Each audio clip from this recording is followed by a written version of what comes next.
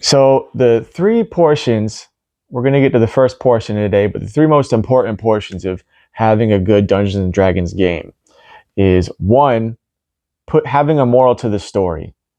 Two is pacing your game properly so that the game gets finished on time and you go through all the elements and people are enjoying the game and things aren't going awry. And number three is making all your players feel special at some point. And we're going to get to the other two first, but this one we're going to talk about as a basic thing here is having a moral to your story. Now, this goes over a lot of people's heads because it's kind of implied. If you've never done writing or you've never done creative writing or analyzed literature, you know, one thing that you need to know is that conflict is the drive of every story. And what drives conflict is moral and ethical dilemmas. Every book you've ever read, every movie you've ever seen, every play you've ever been to, you know what I'm saying? Romeo, Juliet, Macbeth, I don't know, whatever the heck, the Avengers, right? Every single story that you've related to that activates your imagination and gets you involved because of morals and ethical dilemmas and conflict. And that's what you need to put into your game in order to make your games memorable and interesting, right? It doesn't matter if you're doing a homebrew or it doesn't matter if you're doing another campaign that has been pre-made for you. So something that one of my mentors taught me is that before the game even starts, you've determined what this moral is, and you have to ask the players this question or bring up this moral situation up to them multiple times in order to deliver the point home, right?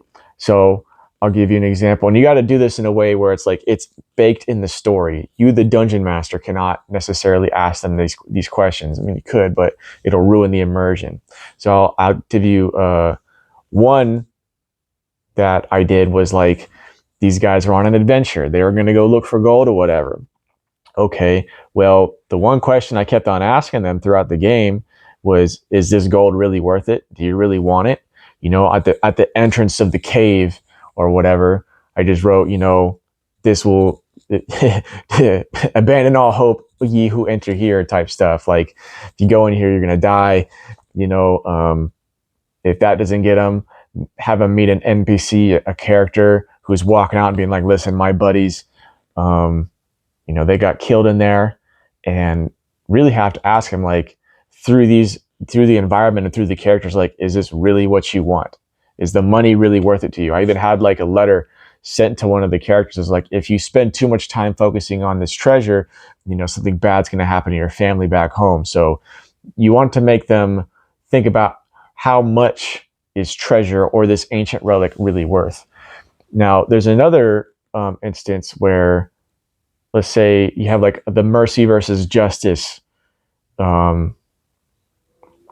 conflict, where it's like, okay, well, do we administer justice to the fullest extent of the law, or do we extend mercy to people? Who do we think we should give it to? And what are the consequences? Have positive and negative consequences for each of those things, right? Make it kind of complicated so it's not so easy, right? Or you could have something like the moral of the story is sacrificing for the greater good. What are the consequences for sacrificing for the greater good, and what are the consequences of not doing that, right?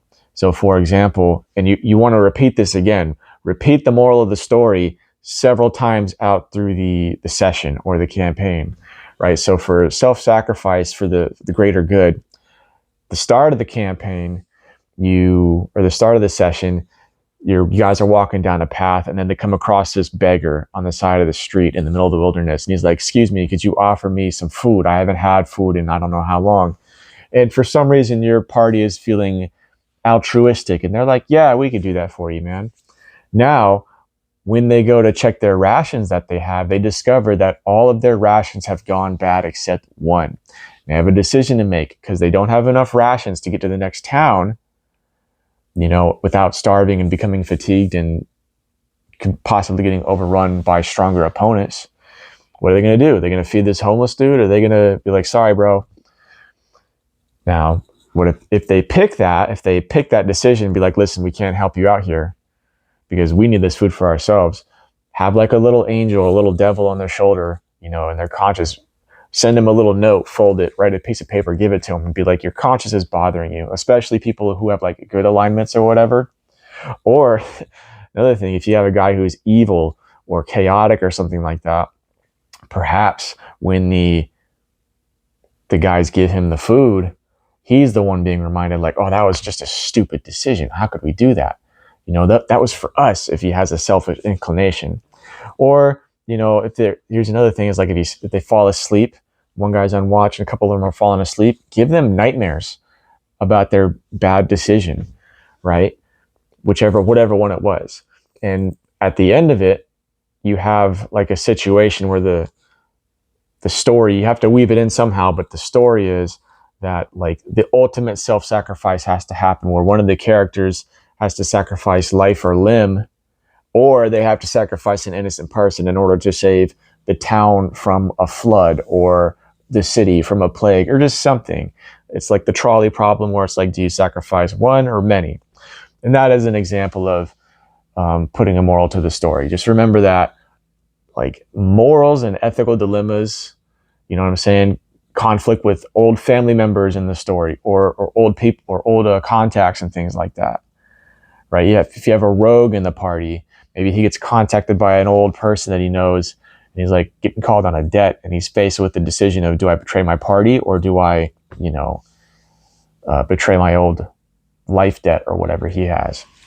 So yeah, that's what's gonna make your games memorable. That's all role playing is, really, is you just going, what would my character do in this situation? That's all the RPG is. So you need to give them, these people, situations for them to reflect and develop their characters. Otherwise, just randomness happens and it doesn't make sense, and you know, it just becomes a series of events. Oh, we go kill these goblins. Oh, we go do this. Oh, we go do that. And you will miss the moral of the story if you do not shove it in their face, and they'll just think it's a stupid hack and slash game where, you know, oh, I can go just do whatever I want and be murder hobos and stuff like that. So bring the moral of the story to them and remind them of it all throughout the session, over and over and over again, until, you know, their characters have become developed and the plot line is thickened, and, you know, and that is step one for having a good game, is moral of the story.